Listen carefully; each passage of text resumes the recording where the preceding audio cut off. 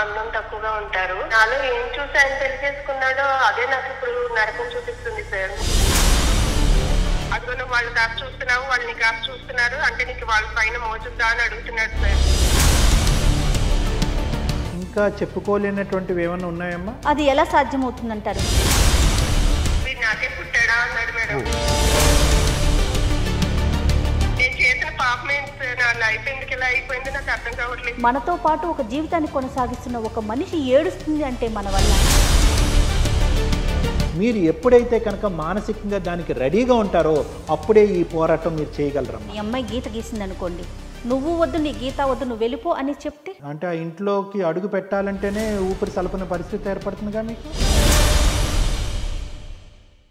Welcome to అందమైన జీవితం. ప్రతి జీవితం మనం అనుకున్నట్టు జరగదు. అలా జరగకపోవటమే జీవితం అంటే. దాన్ని అందంగా మలుచుకుంటామా మరల్చుకోలేకపోతామా అనేది మన చేతుల్లో ఉంటుంది. ఏమంటారు డాక్టర్ గారు? కరెక్ట్ అమ్మా. ఓకే, మన అందమైన జీవితానికి ఒక మెయిల్ వచ్చిందండి. చాలా మెయిల్స్ వస్తున్నాయి, కొన్ని మాత్రమే నేను తీసుకుంటున్నాను. మనం నిదానంగా ఒక దాని తర్వాత ఒకటి మనం మాట్లాడే ప్రయత్నం చేద్దామండి. బిందు అని ఒక అమ్మాయి మనకి మెయిల్ చేసిందండి. భీమవరం దగ్గర ఒక చిన్న పల్లెటూరు నుంచి. తనకి పెళ్ళయింది, ఒక బాబు కూడా ఉన్నాడు. తను చాలా అందంగా ఉంటుందట. అయితే తన అందమే తనకు శాపంగా మారింది. అయ్యో, ఇప్పుడు నా అందం వలన నా జీవితమే నాశనం అయిపోయే పరిస్థితికి వచ్చాను అనేది ఆ మెయిల్ యొక్క సారాంశం. అయితే డీటెయిల్గా ఒకసారి మాట్లాడదాం. నాకు అంటే కొంచెం క్లారిటీస్ మిస్ అవుతా ఉన్నాయి. మెయిల్ చదివాను కానీ నాకైతే అంతగా అర్థం కాలేదు. ఒకసారి తనతోనే మనం మాట్లాడి డీటెయిల్స్ తీసుకుందాం. హలో, బిందు అండి. నేను సుమన్ టీవీ అందమైన జీవితం నుంచి కాల్ చేస్తున్నానండి. నాతో పాటు డాక్టర్ గారు కూడా ఉన్నారు, డాక్టర్ కళ్యాణ్ చక్రవర్తి గారు కూడా ఉన్నారు నాతో పాటు. మీరు కంఫర్ట్గా ఉన్నారా? ఇప్పుడు మాట్లాడొచ్చా? రైట్ రైట్, చెప్పండి బిందు. బిందు నమస్తే అమ్మా, నేను డాక్టర్ కళ్యాణ్ చక్రవర్తి. మొత్తం అంతా వివరంగా చెప్పమ్మా. ఏమైనా డౌట్స్ వస్తే మధ్యలో నేను ఇంటరప్ట్ చేసి క్వశ్చన్స్ అడుగుతాం. ఏమ్మా? ఓకేనమ్మా, చెప్పమ్మా. ఓకేనా. మా అమ్మ వాళ్ళు బాగా లేని ఫ్యామిలీ సార్. అమ్మా, అయితే నేను పెద్దగా చదువుకోలేదు, ఇంటర్మీడియట్ వరకు చదువుకున్నాను. మా చుట్టాల్లో అందరూ మంచి సంబంధం అన్నారని మా హస్బెండ్ తీసుకొచ్చి పెళ్లి చూపులకి పెట్టారు సార్. అయితే మా హస్బెండ్ కొంచెం అందం తక్కువగా ఉంటారు, ఆయనకన్నా కొంచెం అందంగా ఉంటాను నేను. అందువల్ల ఆయనకి నేను బాగా నచ్చేసాను. అయితే ఈ అమ్మాయినే చేసుకుంటానని చెప్పారు సార్. చెప్తే ఇంకా మా అమ్మ వాళ్ళు కూడా మనకన్నా చాలా ఉన్నతమైన ఫ్యామిలీ, బాగా ఉన్న ఫ్యామిలీ కదా, మనలాగా కాదు, కొంచెం మా అమ్మాయిని ఆ ఫ్యామిలీలో ఇస్తే మంచిగా లైఫ్ హ్యాపీగా ఉంటుంది ఆమెకి అన్నట్టు వాళ్ళు నన్ను ఒప్పించి పెళ్లి చేశారు సార్. చదువులో కూడా డిఫరెన్స్ ఉందమ్మా బిందు? ఉంది సార్. వాళ్ళు ఏం చదువుకున్నారు? అతను ఆయన డిగ్రీ చేశారు సార్. డిగ్రీ చేశారు. జాబ్ హోల్డర్ అమ్మా? జాబ్ ఏం చేయట్లేదు సార్, వాళ్ళకి బాగా ఆస్తులు ఉన్నాయి, వ్యవసాయం అది చూసుకుంటారు. అయితే మాది బాగా విలేజ్ సార్, మా అత్తగారు వాళ్ళది.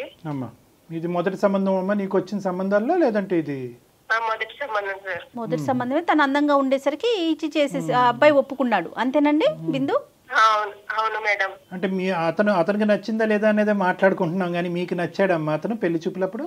అంటే మా అమ్మ వాళ్ళు నాకు ఏం చేసినా మంచి చేస్తారు, మనకన్నా మన అమ్మ నాన్న మన గురించి వాళ్ళే ఎక్కువ ఆలోచిస్తారు, మనకి మంచి చేసేది వాళ్ళే కదా అని అనుకుని నేను ఓకే అని చెప్పాను సార్. ఎందుకంటే వాళ్ళకన్నా మన గురించి ఆలోచించేది ఇంకెవరు ఉంటారు సార్.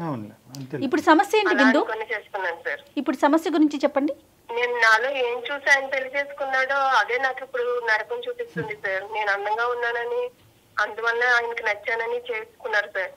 కానీ పెళ్ళైన మర్నాడు నుంచి నన్ను చాలా ఇబ్బంది పెడుతున్నారు సార్. హస్బెండ్ తో బయటకు వెళ్తే ఎవరన్నా చాలా హ్యాపీగా ఫీల్ అవుతారు మేడం, కానీ నేను చాలా బాధపడ్డాను మేడం. ఎందుకంటే బయటకు వెళ్ళిన ప్రతిసారి ఆయన బయట ఎవరైనా నన్ను చూస్తున్నారా లేదా నేను వాళ్ళని చూస్తున్నానా అన్న అనుమానం చూపులు నన్ను చాలా ఇబ్బంది పెట్టాయి మేడం. అంటే డిస్కంఫర్ట్ అంటే ఏంటమ్మా? అంటే మాటలతోనా చేతలతోనా లేదంటే ఏ విధంగా? అంటే ఆయన నేను బయటకు వెళ్ళగానే ఈమె అందంగా ఉంది, నాకన్నా అందంగా ఉంది, వీళ్ళు రోడ్డు పైన ఎవరన్నా ఈమె చూస్తున్నారా లేదా వాళ్ళు చూస్తున్నప్పుడు ఈమె కూడా చూస్తుందా, ఈమె కూడా ఏమన్నా సైకిల్ చేస్తుందా అన్నట్టు అనుమానంగా చూసేవాడు సార్. ఎన్ని ఇయర్స్ అవుతుంది బిందు మీకు మ్యారేజ్? 6 years అవుతుంది మేడం. పిల్లలు ఉన్నారండి? ఒక బాబు ఉన్నాడు మేడం. ఓకే, ఇప్పుడు బయటకు వెళ్ళినప్పుడు మీకు అట్లా అనిపించింది కదా, ఇంట్లో ఉన్నంత వరకు తను మీతో బాగానే ఉండేవారా? పెళ్ళైన కొత్తలో అంటే కొంచెం ఎవరైనా నీట్ గా రెడీ అవ్వడం అది చేస్తాం కదా మేడం, అలా నీట్ గా రెడీ అయితే ఆయన ఎవరైనా అందంగా ఉన్నావని అంటారు, కానీ ఆయన ఏమన్నాడో తెలుసా మేడం? తాను దానిలాగా ఉన్నావని అన్నారు మేడం. ఏమన్నారమ్మా? అంటే కొంచెం నీట్ గా రెడీ అయితే సందాన్ని అయిపోతున్నా మేడం. ఆయన అన్న ఒక్క మాట నన్ను చాలా బాధ పెట్టింది మేడం. మళ్ళీ అడగకూడదు మాకు, అంటే సారీ మేము మళ్ళీ అడుగుతున్నాం. ఏమనేవారమ్మా నిన్ను? అమ్మా బిందు బిందు మేడం సారీ అండి, లైన్ లో ఉన్నారా? వద్దా మరి, వద్దులే తల్లి, రిపీట్ చేయొద్దమ్మా, నువ్వు బాధపడుతున్నావు. ఓకే చెప్పమ్మా, మాకు అర్థమైంది, చెప్పమ్మా. అంత మాట అనేసరికి నాకు ఇంకా ఏంటి, నేను నీట్ గా రెడీ అవడం కూడా తప్ప, కొంచెం అందంగా తయారవడం కూడా తప్పనా ఏంటి? పెళ్ళైన కొత్తలో ఎవరైనా హస్బెండ్ ఇంప్రెస్ చేయాలని కొంచెం నీట్ గా రెడీ అవుతారు, అది కూడా తప్ప అని చాలా బాధ కలిగింది మేడం నాకు.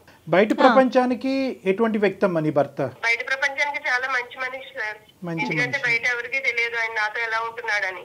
అలా అని మా అమ్మ వాళ్ళకి కూడా నా బాధను చెప్పుకోలేను, ఎందుకంటే వాళ్ళు ఎంతో ఇష్టపడి ఏరి కోరి తీసుకొచ్చి చేశారు. వాళ్ళకి చెప్పి వాళ్ళని బాధ పెట్టడం నాకు ఇష్టం లేదు సార్. యూజువల్ గా పెళ్ళైనటువంటి కొత్తలో సహజంగా భార్యాభర్తల మధ్యన ఇటువంటి ఓవర్ పొసెసివ్నెస్ అనేటటువంటి అంశాలు ఉంటాయి. కాబట్టి భార్య కొద్దిగా అందంగా ఉంటే కనుక గర్వపడేటటువంటి భర్తల కంటే ఈర్ష్యపడేటటువంటి భర్తలు ఎక్కువ ఉంటారు. కాబట్టి రకరకాల ప్రశ్నలు అడుగుతూ ఉంటారు, ఇంత మేకప్ ఎందుకు, ఇంత డ్రెస్ ఎందుకు అనేటటువంటి వాళ్ళు ఉంటారు. కానీ అది పెళ్ళి అయ్యి పిల్లలు పుట్టిన తర్వాత సహజ సిద్ధంగా అది తగ్గుముఖం పడుతుంది. అండర్స్టాండింగ్ పెరిగే కొద్దీ అది తగ్గుముఖం పడుతుంది. కొన్ని సిచ్యువేషన్స్ లో అది ఎక్కువ అవుతుంది. మీది తగ్గుముఖం పడుతుందమ్మా? ఈ 6 సంవత్సరాల్లో పెరుగుతుందా? లేదు సార్, ఇంకా పెరుగుతుంది తప్ప తగ్గే పరిస్థితి ఏమి లేదు సార్. ఆయన చాలా ఆస్తి పడడానికి చేశారు, ఏం చూసి చేశారో ఆ ఆస్తి కూడా అంతా పోయింది సార్. మా అత్తగారు వాళ్ళు ఏమంటారు, నీ వల్లనే మొత్తం ఆస్తి అంతా పోయింది, ఇన్ని చేసుకున్న వాళ్ళంటే వాడికి దరిద్రం పట్టుకుందని మా అత్తగారు వాళ్ళు నన్ను బ్లేమ్ చేస్తున్నారు సార్. సో బయటికి వెళ్తే కనుక నీకు ఒక ఫ్రీడమ్ లేదు అని చెప్పి, ఇంట్లో ఉంటే కనుక ఒక స్వేచ్ఛ లేదు, ఉక్కిరి బిక్కిరి అయ్యేటటువంటి పరిస్థితి, ఒక ఆడదానిగా ఒక డ్రెస్ వేసుకోవటం, ఒక చీర కట్టుకోవటం, నీట్గా తయారగలిగేటటువంటి హక్కు కూడా నీకు లేదు. ఇవన్నీ అర్థమవుతున్నాయమ్మా. కానీ ఏమన్నా మంచి గుణాలు ఉన్నాయా అతనిలో? అంటే నువ్వు అప్రిషియేట్ చేసి బాధ్యతాయుతంగా ఉండటం కానీ, ఇంటి అవసరాలు చక్కగా చూసుకోవటం కానీ, అంటే ఇవేమన్నా ఉన్నాయమ్మా? ఇప్పుడు అన్ని నెగిటివ్ పాయింట్స్ చెప్పారు, ఒక్కటన్నా పాజిటివ్ పాయింట్ చెప్పండి ఆయన గురించి. పాజిటివ్ పాయింట్స్ అంటే ఏమీ లేవు మేడం, ఎందుకంటే పెళ్ళైన మరుసటి రోజు నుంచి నాకు ఈ నరకం చూపిస్తున్నాడు మేడం అతను. నోటి ద్వారానేనండి, చేతల ద్వారా అంటే కొట్టడం అట్లా కూడా ఏమన్నా చేస్తారా? ఎప్పుడన్నా రోడ్డు మీదకి సినిమాకు ఎక్కడికైనా బయటికి షికార్కి ఎక్కడికైనా వెళ్ళినప్పుడు ఎవరైనా తెలిసిన వాళ్ళు కనిపించారు అనుకోండి, వాళ్ళతో ఏమైనా మాట్లాడితే ఇంకా అదిగో వాళ్ళతో ఎందుకు మాట్లాడావు, వాళ్ళతో ఎవడు మాట్లాడమన్నాడు నిన్ను, నేను నీకు పర్మిషన్ ఇచ్చానా మాట్లాడమని, అలా అని చెప్పి ఇంటికి వచ్చి కొట్టేవాడు మేడం. ఆ రోజంతా ఇంకా నరకమే మేడం నాకు.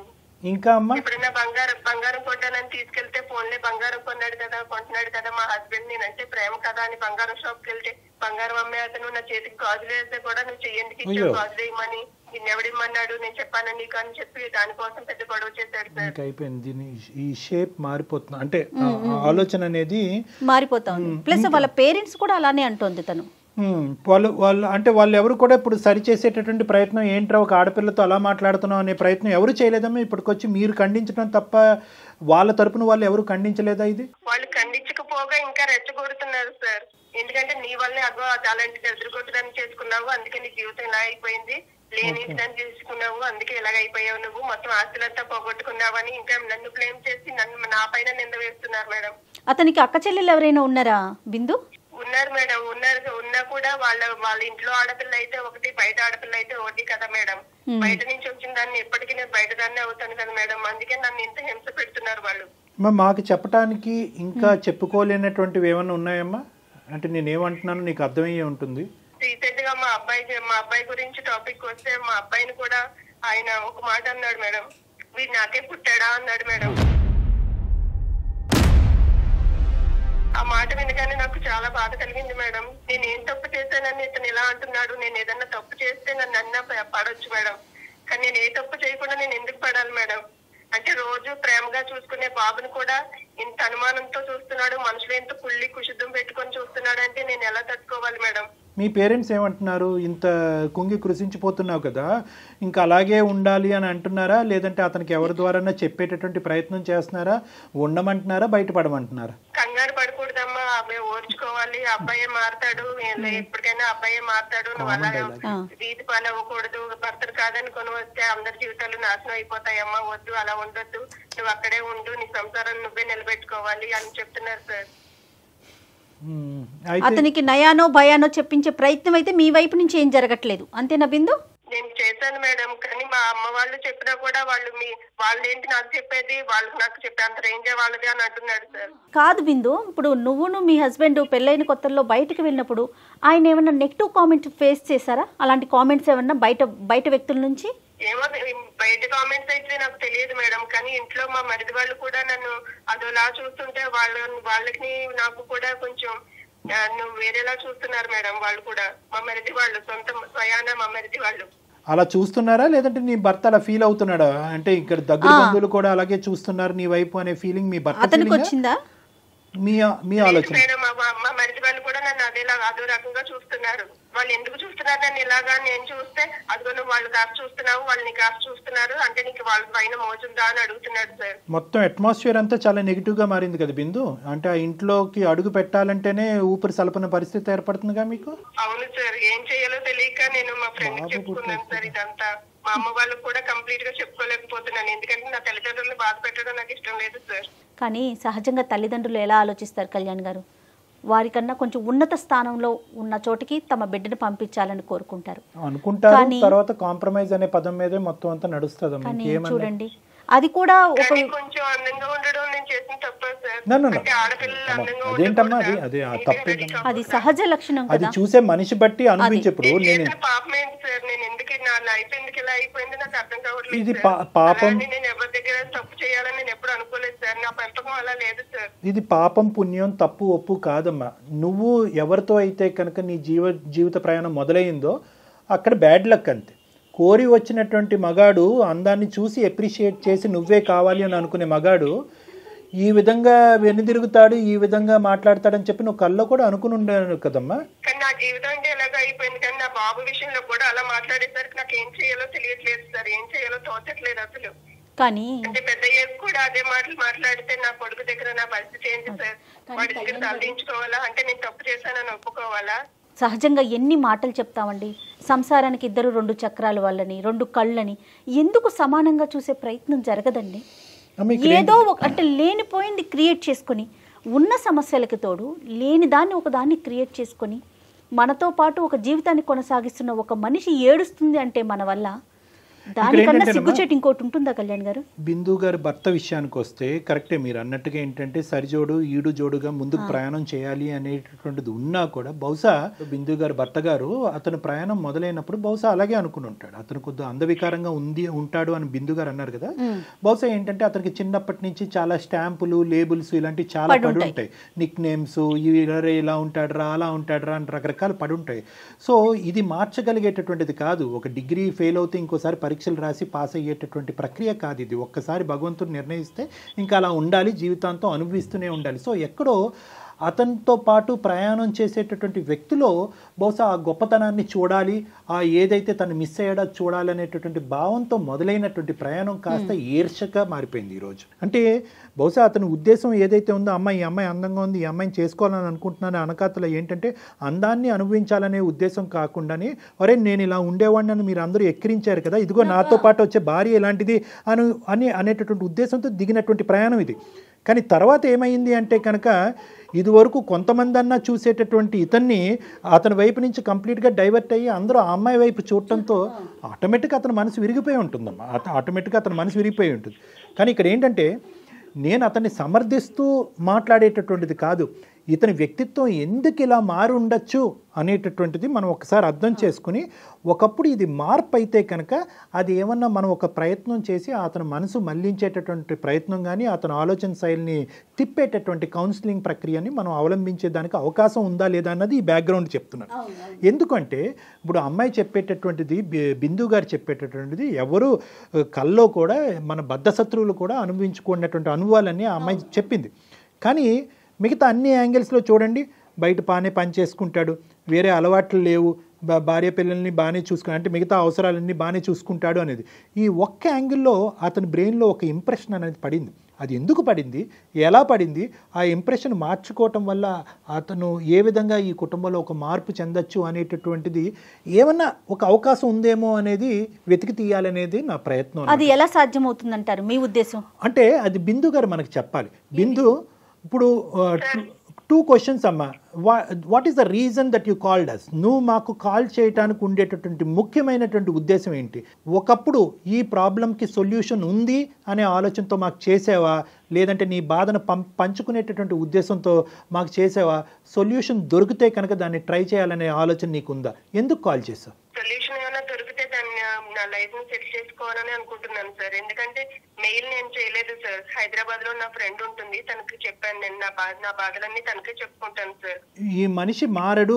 ఇప్పటి వరకు నువ్వు చూసినటువంటి అనుభవాలు ఏవైతే ఉన్నాయో చాలా మందికి పెళ్ళైనటువంటి కొత్తలో ఉంటాయి, కానీ ఇప్పటి వరకు కొనసాగేదానికి అవకాశం లేదు. కాబట్టి రానున్న రోజుల్లో ఇంకా ఇవి పెరిగి పెద్దయ్యే అవకాశం ఉంటుంది. అంటే అప్పుడు నువ్వేం చేద్దాం అనుకుంటున్నావు అమ్మా? You want to stay in this marriage or call it of? సంసారాన్ని విడి తీసుకొని వెళ్ళిపోవాలని నేను అనుకోవట్లేదు సార్. ఎందుకంటే నేను ఆ పద్ధతిలో పెరగలేదు సార్. Right right right. నా తల్లిదండ్రులను చాలా ఇదిగా పెంచారు సార్. అలాంటి దాన్ని ఇప్పుడు సంసారం విడి తీసుకొని వెళ్ళిపోవాలన్న ఉద్దేశమే నాకు లేదు సార్. కాకపోతే నా హస్బెండ్ ఎందుకు ఇలా చేస్తున్నాడు, నేను అందంగా ఉండడం ఏమన్నా తప్ప అది, లేకపోతే నేను ఎవరితోన్నా మాట్లాడి బ్యాడ్ బిహేవియర్ ఏమన్నా చేస్తే కొని నువ్వు నన్ను అనుమానించినా పర్వాలేదు, అంతేగాని నేను ఏం చేయకుండా నా దగ్గర ఏ తప్పు లేకుండా నన్ను ఎందుకు ఇలా అనుమానిస్తున్నారు ఆయన అన్నది నా బాధ సార్. అంటే ఒకటమ్మా, దానికి తోడు వాళ్ళ అమ్మ వాళ్ళు కూడా నన్నే బ్లేమ్ చేసి నీ వల్లనే ఇలా అయిపోయాడు, నీ మూలంచి ఇలా చేశాడు, నీ వల్లనే ఆస్తులు పోయినాయి, అన్ని నువ్వే దరిద్రం అని అంటుంటే నాకు చాలా బాధ కలుగుతుంది సార్. అమ్మ బిందు, ఇక్కడ 2 అంశాలమ్మా. ఒకటి, మీ అత్తమామల దగ్గర నుంచి, మీ అత్తగారు అయితే మామూలుగా అటు నుంచి వచ్చేటటువంటి ఒక పోరు, రెండోది నీ భర్త సైడ్ నుంచి వచ్చారు. ఈ రెండింటిని రెండు భిన్నమైనటువంటి కథలుగా విడిగా మనం చూడాలి. Let us not mix one into another. 2 కష్టాలే కాదనట్లే. ఫస్ట్ మోస్ట్ బిగ్గెస్ట్ ఛాలెంజ్ మీకు ఏంటంటే మీ భర్త గారి దగ్గర నుంచి వచ్చేటటువంటి అనుభవం. ఇప్పుడు ఎప్పుడైనా కూడా అతని మనసులో ఉండేటటువంటి ఉద్దేశం అంటే అనుమానం అని ముద్రించేద్దామా. అనుమానం అని ముద్రించగానే ఆటోమేటిక్గా ఏంటంటే డిఫరెన్సెస్ అనేటటువంటిది పెరిగిపోతూ ఉంటాయి. ఏంటండి నేను చేసినటువంటి తప్పేంటి, నేను ఎలా ఉండాలి అని అనుకుంటున్నాను, నేను అందంగా పుట్టడం అనేది తప్ప, నా అందాన్ని నేను మార్చుకోగలనా, నేను ఎలా ఉంటే మీకు నచ్చుతుంది, నేను అందంగా ఉండటం అనేది మీకు గర్వం కాదా, గౌరవంగా అనిపించట్లేదా, గౌరవంగా అనిపించట్లేదా అనే విధంగా ఎప్పుడైనా ఒక మాట్లాడేటటువంటి మనసు విప్పి మాట్లాడేటటువంటి ఒక ప్రయత్నం చేశారమ్మా? చేశాను సార్. అలా చేయడం వల్లనే ఇప్పుడు మా బాబు పైన బ్లేమ్ చేస్తున్నారు సార్. ఆయన వీడు నాకే పుట్టాడా అన్నట్టు మాట్లాడుతున్నాడు సార్ అతను. సో ఇంకా పెరిగిందంటారు. మాట అనేసరికి నాకు చాలా బాధ కలిగింది సార్. సో ఇక్కడ ఏంటంటేనమ్మా, ఇలాంటి పరిస్థితిలో నాకు ఏం చేయాలో కూడా తెలియట్లేదు సార్. ఇప్పుడు ఏంటంటేనమ్మా, ఇక్కడ కొద్దిగా నీ సైడ్ నుంచి కానీ, వీలవుతే మీ తల్లిదండ్రుల సైడ్ నుంచి కానీ, వెనకాతలు ఒక చెల్లుంది అనేటటువంటి భయంతో మీరు ఇలా ఉండటం అయితే కనుక ఈ పద్ధతి అనేటటువంటిది ఇంకా ఇలాగే కొనసాగేదానికి అవకాశం ఉంటుందమ్మా. సో ఇక్కడ మీరు జాగ్రత్తగా గుర్తుపెట్టుకోవాల్సింది ఏంటంటే, ఏంటో డిస్టర్బెన్స్. బిందు, మీ దగ్గర ఏదో డిస్టర్బెన్స్ వస్తుందండి కాల్లో. ఏమో మేడం, నేను ఇక్కడ మీరు ప్రైవసీగానే ఉన్నారా? నో ప్రాబ్లమా? నో ప్రాబ్లం మేడం, నాకు మీ వాయిస్ వినిపిస్తుంది మేడం. రైట్. ఇప్పుడు అమ్మ నేను I continue from where I stopped అమ్మ. నేను ఎక్కడైతే ఆపాను అక్కడి నుంచి కంటిన్యూ చేస్తాను. ఒక్క మాట అమ్మ, నేను ఏమంటున్నానంటే ఇక్కడ ఈ సమస్యకు ఒక పరిష్కారం కావాలి అంటే కనుక సర్దుకుని దిద్దుకుని ముందుకు వెళ్ళిపో అనేటటువంటి మీ తల్లిదండ్రులు ఆలోచించేటటువంటి ఆలోచన శైలి కరెక్ట్ కాదు. నెంబర్ 1. నెంబర్ 2, మీరు ఏదైతే కనుక నా భర్తతో పాటు నేను ఇలాగే కొనసాగాలి అని అనుకుంటున్నానో ఖచ్చితంగా అదే మాట మీద ఉండండి, అదే జరగబోతుంది, అదే అవ్వాలని మేము కూడా కోరుకుంటున్నాం. కానీ ఎక్కడి వరకు దీని థ్రెషోల్డ్, ఎక్కడి వరకు దీని లిమిట్ అనేది మీ భర్త గారికి వివరించి చెప్పగలగాలి. మీరు ధైర్యాన్ని తెచ్చుకుని గుండె నిబ్బరం చేసుకుని మీ భర్త గారికి చెప్పాలి, చూడండి నేను ఒక మనిషినే, నాకు ఒక వ్యక్తిత్వం ఉంది, నాకు ఒక మనసు ఉంది, ఈరోజు నేను మానసికంగా చితుకుపోవటం వల్ల నీకు భారీగా కాకుండా పోతానేమో అనేది వేరే విషయం, కానీ ఆ పిల్లవాడికి తల్లిగా కాకుండా కూడా పోయేదానికి అవకాశం ఉంది. కాబట్టి నా మానసిక శారీరక పరిస్థితిని నేను కాపాడుకోవాల్సినటువంటి అవసరం ఉంది. కాబట్టి మీరు మారుతారా, లేదంటే నేను ఈ పరిస్థితుల్లో నేను ఉండగలిగేటటువంటి దానికి అవకాశం లేదు అని ఒక గీత గీయటం అనేది చాలా ఇంపార్టెంట్. మీరు అనుకోవచ్చు ఒకప్పుడు నేను ఆ మాట అంటే కనుక ఇంకా హింసిస్తాడు, ఇంకా హింస పెడతాడు అనేది. మీరు ఈ మాట అన్నా అనకపోయినా కూడా మీరు చెప్పేటటువంటి దాన్ని బట్టి ప్రతిరోజు ఆ హింస పెరుగుతూనే ఉంది ఇప్పటి వరకు. సో కాబట్టి ఏంటంటే ఫస్ట్ మీరు ఇందాక అన్నట్టుగా ఏం కావాలని కోరుకున్నారు, ఏం కావాలని కోరుకుంటే అతని హింస ఆగక ఇంకా నీ కొడుకు వరకు వెళ్ళి మీ అమ్మ సోరా అనేటటువంటి విధంగా కూడా మాట్లాడేటటువంటి పరిస్థితి వచ్చింది. రానున్న రోజుల్లో ఇంకా ఎటువంటి భయంకరమైన పరిస్థితులు చూడవలసి వస్తుంది. సమాజంలో నలుగురికి కూడా ఇలా చెప్పి ప్రచారం చేసేటటువంటి పరిస్థితి కూడా ఉంటుందా, అప్పుడు మీరు ఏదో స్టెప్ తీసుకోవడానికి కూడా అవకాశం ఉండదు. కాబట్టి మీరు చేయవలసింది ఏంటంటే మోస్ట్ ఇంపార్టెంట్, డ్రా ఏ లైన్ అంటారు దీన్ని సైకాలజీలో. కాదు డాక్టర్ గారు, ఒకవేళ ఈ అమ్మాయి గీత గీసింది అనుకోండి, నువ్వు వద్దు, నీ గీత వద్దు, నువ్వు వెళ్ళిపో అని చెప్తే మీరు ఎప్పుడైతే కనుక మానసికంగా దానికి రెడీగా ఉంటారో అప్పుడే ఈ పోరాటం మీరు చేయగలరమ్మా. నాకు నా భర్త కావాలి, ఈ కుటుంబం కావాలి, కాబట్టి నేను దేనికైనా నేను కాంప్రమైజ్ అయ్యి తొక్కబడతాను అని అనుకుంటే కనుక ఈ ప్రాబ్లంకి సొల్యూషన్ ఉండదు. ఒకప్పుడు అతను గెట్అవుట్ అన్నా కూడా నేను వెళ్ళి నా కొడుకుతో పాటు దూరంగా ఉంటాను. సమాజంలో, కుటుంబంలో అన్ని చోట్ల ఏ తప్పు ఒక 100 సార్లు అన్నారు, ఏ తప్పు చేయనటువంటి నన్ను ఎందుకు బాధపడుతున్నారు, అందమే నేను చేసినటువంటి పాపమాన్ని మీరు అంటున్నారు. మీరు 0.5% కూడా ఏ తప్పు చేయలేదు. కానీ రానున్న రోజుల్లో ఏంటంటే మొత్తం అన్ని తప్పులు మీరే చేయటం వల్ల ఆ అబ్బాయి ఇలా అయిపోయాడు అనేటటువంటి పరిస్థితి, అటువంటి మాట మీరు వినవలసేటటువంటి పొజిషన్లోకి మీరు వస్తారు. కాబట్టి మీరు ధైర్యంగా ఈ ప్రశ్న అడగండి, మీలో ఉండేటటువంటి బాధను ఏంటో చెప్పండి. ఈ బాధ ఇది మలుచుకోకపోతే, ఇది మార్చుకోకపోతే you have to take a call on it. మీరు దీని మీద ఒక నిర్ణయం తీసుకుంటారు, అతను కాదు అనే విధంగా మాట్లాడవలసిన చెప్పండి. మీరు ఫస్ట్ అది చెప్పడం అనేది ఇంపార్టెంట్. గెట్అవుట్ అన్నాడు అనుకోండి అమ్మా, maybe a distance is the rectification. ఇది కూడా మీకు చెప్తున్నాను, జాగ్రత్తగా వినండి. కలిసి ఉండేటటువంటి బంధంలో కొన్ని సందర్భాల్లో ప్రేమ రాదు. ఆఖరికి కోర్టులో కూడా చాలా సందర్భాల్లో డైవర్స్ వద్దు, జ్యుడిషియల్ సపరేషన్ అంటారు. అంటే మీ మనసులు మారి మీరు అర్థం చేసుకునేటటువంటి పొజిషన్ వచ్చేంత వరకు కొంతకాలం భర్త భార్య దగ్గర నుంచి దూరంగా ఉండటం అన్నది మంచిది. అప్పుడు నా భార్య లేనటువంటి లోటు ఏంటి అనేటటువంటిది ఆ మగాడికి అర్థమయ్యేటటువంటి అవకాశం ఉంటుంది. కాబట్టి అది కూడా ఒక సైకాలజీ పరమైనటువంటి ట్రీట్మెంట్గా మీరు గుర్తుపెట్టుకోండి. కాబట్టి ఇక్కడ నేను మీకు ఇచ్చే ఒక సొల్యూషన్ ఏంటంటే, you have to talk to your parents about it. అంటే సర్దుకుని పోండి అంటే 8 సంవత్సరాలు అయిపోయింది, ఇంకేంటి సర్దుకుని పోయేది. సో ఫస్ట్ మీరు చెప్పండి, నేను ఇలా భరించలేకపోతున్నాను, నా కొడుకు ముందు కూడా పరుగు పోతుంది, రేపొద్దున నా కొడుకు పెద్ద అవుతే కనుక నాన్న చెప్పిన మాటే నిజమేమో, నా తల్లి మీద ఒక మచ్చ ఉందేమో అనే భావన కూడా వచ్చేదానికి అవకాశం ఉంది. ఇంత పరువు తక్కువైనటువంటి జీవితం నేను బతకాలని అనుకోవట్లేదు, కాబట్టి నా భర్తతో నేను ఇలా మాట్లాడదాం అనుకుంటున్నానని మీ తల్లిదండ్రులకు చెప్పి వాళ్ళ సపోర్ట్ తీసుకుని ఈ గీత గీసేటటువంటి ప్రయత్నం చేయండి. బిందు గారు ధైర్యంగా ఉండండి. బిందు, డాక్టర్ గారు చెప్పినట్లుగా పేరెంట్స్తో మాట్లాడండి, అలానే మీ హస్బెండ్తో కూడా ఓపెన్గా మాట్లాడే ప్రయత్నం చేయండి.